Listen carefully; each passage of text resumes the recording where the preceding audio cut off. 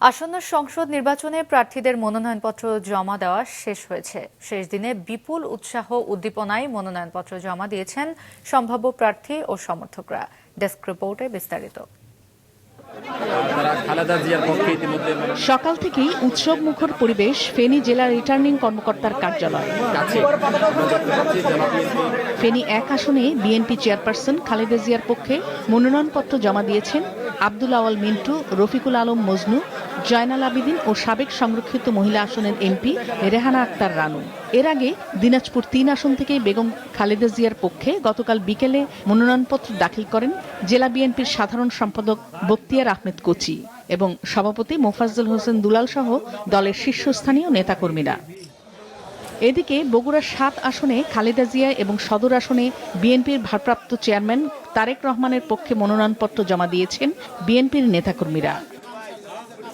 ঠাকুরগাঁও জেলা রিটার্নিং কর্মকর্তার কার্যালয়ে মনোনয়নপত্র জমা দেন বিএনপি মহাসচিব মির্জা ফখরুল ইসলাম আলমগীর।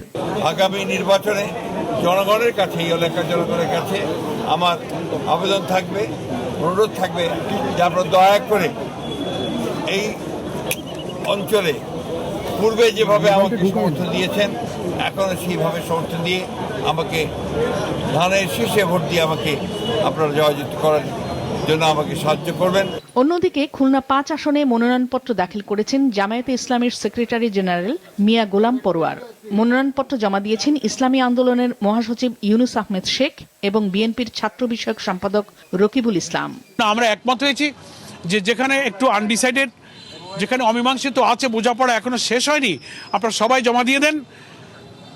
10 দলের নেতৃবৃন্দের সিদ্ধান্ত এর মধ্যে চূড়ান্ত করে ফেললে যাকে প্রত্যাহার করতে বলা হবে তিনি প্রত্যাহার করবেন, তখনই সংখ্যাটা চূড়ান্ত হবে। মনোনয়ন জমা দেওয়াকে ঘিরে চট্টগ্রামের রিটার্নিং কর্মকর্তার কার্যালয়ের সামনে দেখা যায় নেতাকর্মীদের সরব উপস্থিতি, যাদের মধ্যে ছিলেন চট্টগ্রাম ১১ আসনের বিএনপি মনোনীত প্রার্থী এবং দলের স্থায়ী কমিটির সদস্য আমির খসরু মাহমুদ চৌধুরী। মানুষ জনগণের উপর আস্থা রাখতে হবে, নাগরিকের উপর আস্থা রাখতে হবে এবং তাদের উপর আস্থা রেখে তাদের মতামতের পরিপ্রেক্ষিতে আগামীর বাংলাদেশ চলতে হবে। এটাই হচ্ছে গণতন্ত্রের মূল মন্ত্র। এটা আমরা সকলে বিশ্বাস করতে হবে, একে অপরের প্রতি সহনশীল হতে হবে।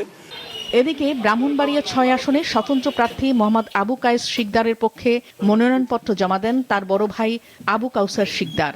এছাড়া ফেনী ২ আসন থেকে মনোনয়নপত্র জমা দিয়েছেন এবি পার্টির চেয়ারম্যান মুজিবুর রহমান ভূঁইয়া মঞ্জু। প্রশাসনের উপর আমার পূর্ণ আস্থা আছে, নির্বাচনের পরিবেশ থাকবে, আমরা সুন্দর সুষ্ঠুভাবে নির্বাচন করতে পারবো ইনশাল্লাহ। এবং আমার আজকে নমিনেশন পেপার জমা দেওয়া হয়ে গেছে, আপনারা জানেন। সো বাকিটুকু করার ইচ্ছা, আমার তো জনগণের জন্য কাজ করার ইচ্ছা আছে। জনগণের কাছে আমাদের অঙ্গীকার হলো আমরা যাতে আমাদের এই অভিপ্রায় এবং অঙ্গীকারে ঐক্যবদ্ধ থাকতে পারি এবং জনগণের রায় যাতে আমাদের পক্ষে আসে, আমরা যাতে জনগণের বিচারে বাংলাদেশের জন্য আগামী দিনে কাজ করতে পারি। দেশে বিভিন্ন এলাকার রিটার্নিং কর্মকর্তা ও সহকারী রিটার্নিং কর্মকর্তার কাছে মনোনয়নপত্র জমা দিয়েছেন বিভিন্ন দল ও স্বতন্ত্র প্রার্থীরা। নাদিয়া আফরিন, মাছরাঙা নিউজ ডেস্ক।